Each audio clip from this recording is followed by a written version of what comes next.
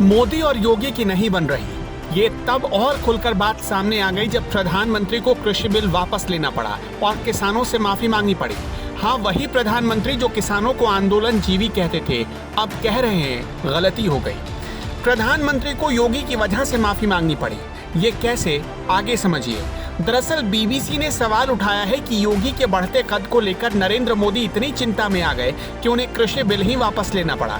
प्रधानमंत्री मोदी 2001 से 2014 तक यानी 13 साल करीब गुजरात के मुख्यमंत्री रहे और 7.5 साल से देश के प्रधानमंत्री हैं, यानी करीब 21 साल का राजनीतिक अनुभव है उन्हें। 21 साल के राजनीतिक अनुभव के बीच नरेंद्र मोदी ने कभी भी माफी नहीं मांगी, पर किसानों से माफी मांगकर नरेंद्र मोदी को चुनावी स्ट्रोक खेलना पड़ा, क्योंकि मोदी को भी उत्तर प्रदेश में हार नजर आने लगी थी।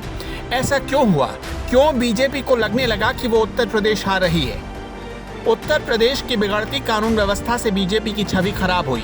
योगी की ठोको नीति से बीजेपी की छवि खराब हुई। बेकसूरों के एनकाउंटर से बीजेपी की छवि खराब हुई। मोदी के खासम खास AK शर्मा को योगी ने साइडलाइन कर दिया ताकि अपनी मन की कर सके। थाने में लोग दम तोड़ते रहे। गंगा में तैरती बॉडीज को भला कौन भूल सकता है? कोरोना काल में प्रदेश की खराब हालत को कौन भूल सकता है? रामराज के नाम पर पब्लिक को बस चूना लगाया गया। जब भी बीजेपी पर सवाल उठे तो इसका सीधा मतलब मोदी पर सवाल उठा। और तो और योगी राज में किसानों को जीप से कुचल डाला गया। इन सारी घटनाओं ने मोदी की छवि को डायरेक्ट नुकसान पहुंचाया। द हिंदू की रिपोर्ट बताती है कि इस फैसले की वजह बीजेपी की आंतरिक कलह, पंचायत चुनावों में खराब प्रदर्शन और हालिया उपचुनाव के परिणाम है। लेकिन इस फैसले के प्रभाव मिले जुले होंगे।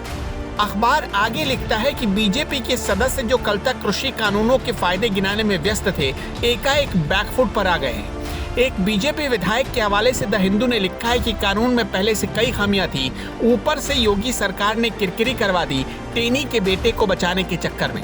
योगी अपनी साख बचाते बचाते मोदी की साख को खराब कर बैठे। सुप्रीम कोर्ट को एक बार नहीं 2 बार एडवोकेट जनरल को फटकार लगानी पड़ी। द हिंदू ने यह भी दावा किया है कि इस बार बीजेपी शायद जाट उम्मीदवारों को टिकट ही ना दे, क्योंकि बीजेपी को अच्छे से पता है कि किसान आंदोलन की वजह से उसका कोई जाट नेता नहीं जीतने वाला है। इसलिए चुनाव हारने का खतरा उस पर बहुत ज्यादा है और ये रिस्क बीजेपी नहीं लेना चाहती। पश्चिमी उत्तर प्रदेश में बीजेपी के इंटरनल सर्वे में बीजेपी पूरी तरह परास्त हो चुकी है।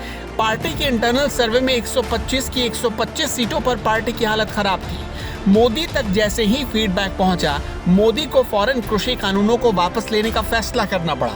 फैसला थोड़ा कठोर जरूर था, लेकिन मोदी ने ये फैसला लेकर दिखाने की कोशिश की कि उन्हें किसानों की चिंता है।